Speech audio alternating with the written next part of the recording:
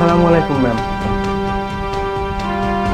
Ma'am, আমি শুনলাম আপনি নাকি আমার ছেলেকে স্কুল থেকে বের করে দিয়েছেন। ও আচ্ছা, তাহলে তুমি হচ্ছে ওর বাবা আর তুমি সিকিউরিটি গার্ডের চাকরি করো, তাই না? হ্যাঁ ম্যাম, আমি সিকিউরিটি গার্ডের চাকরি করি। এর জন্যই তোমার ছেলেকে আমি স্কুল থেকে বের করে দিয়েছি। মানে ম্যাম, আমি কিছু বুঝতে পারলাম না। কারণটা হলো এই যে আমাদের এই স্কুলে সব বড়লোকের ছেলেমেয়েরা পড়াশোনা করে, কোনো গরিবের সন্তান আমাদের এই স্কুলে পড়াশোনা করে না। আর বড়লোক বাবা মারা যদি জানতে পারে যে একটা গরিব সিকিউরিটি গার্ডের ছেলে আমাদের স্কুলে পড়ে, তাহলে আমাদের স্কুলে বদনাম হয়ে যাবে আর কোনো বড়লোকের ছেলে মেয়ে আমাদের এই স্কুলে পড়াশোনা করার জন্য আসবে না।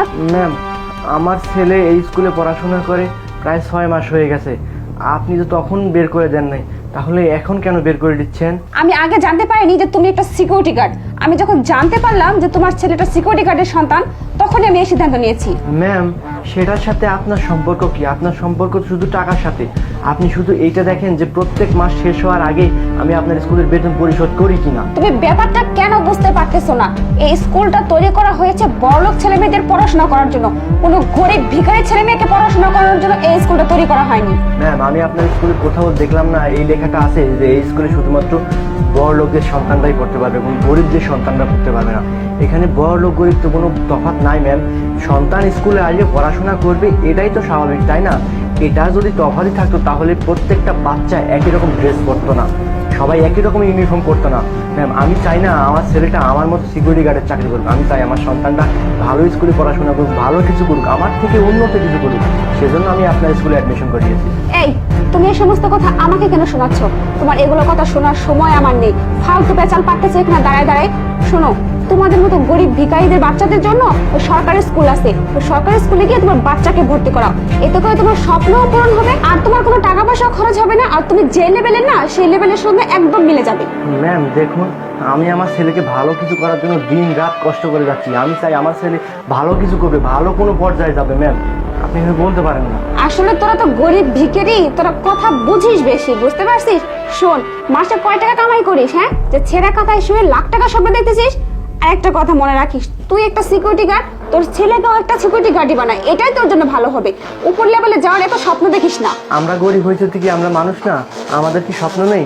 আমরাও বড় হতে পারি। ম্যাম ম্যাম, একটা কথা শুনেছেন? আমাদের এই স্কুলটা তো জেলা পর্যায়ে ফার্স্ট হয়েছে।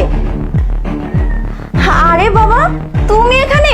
ম্যাম জানেন, এই যে এই বাচ্চাটার জন্যই তো আমাদের এই স্কুলটা এত দূর এগিয়ে গিয়েছে আর আমাদের এই স্কুলের অনেক সুনামও হয়েছে। কি? এই বাচ্চাটার জন্য আমাদের স্কুলে এত সুনাম হয়েছে? আর আমি কিনা এই বাচ্চাটাকে এতক্ষণ ভুল বুঝতেছিলাম, ওকে স্কুল থেকে বের করার সিদ্ধান্ত নিয়েছিলাম। ছি, এটা আমি কি করলাম? ম্যাডাম, আপনি এত কি ভাবতেছেন? এই বাচ্চাটার জন্য আমাদের স্কুলে সুনাম হয়েছে, ওকে তো পুরস্কার দেওয়া উচিত। আমি একটা কাজ করি, যে সবাইকে খুশির খবরটা দিয়ে আসি। ঠিক আছে, তাহলে আপনি থাকেন। ভাই, আমার অনেক বড় ভুল হয়ে গেছে। আসলে আমি একজন শিক্ষক হয়ে এত বড় একটা ভুল কি করে করলাম, আমার নিজের কাছে নিজে আমার এখন মুখ দেখাতে ঘৃণা লাগতেছে। আসলে একটা স্কুল তৈরি হয় বাচ্চাদের শিক্ষার জন্য, সেখানে তো গরিব বড় লোক কোনো ভেদাভেদ করা উচিত নয়, কিন্তু আমরা মানুষেরা সেটাই করে থাকি। যে কাজটা আমিও করে ফেলছি, আমি খুব লজ্জিত এই কাজের জন্য। আসলে শুধুমাত্র বড় লোকের মাঝেই মেধা থাকে না, মেধা গরিবের মাঝেও থাকে। এটা আমার বুঝতে অনেক দেরি হয়ে গেছে। আজকে আপনার ছেলের জন্য আমাদের স্কুলের মুখটা এত উজ্জ্বল হয়েছে। আমরা গর্বিত যে আপনার ছেলের মতো একটা বাচ্চা আমাদের স্কুলে পড়াশোনা করে, ও খুবই মেধাবী। আর বাবু, তোমাকে আর টেনশন করতে হবে না, তুমি আজকে থেকে এই স্কুলে পড়াশোনা করবে, তোমাকে কোথাও যেতে হবে না।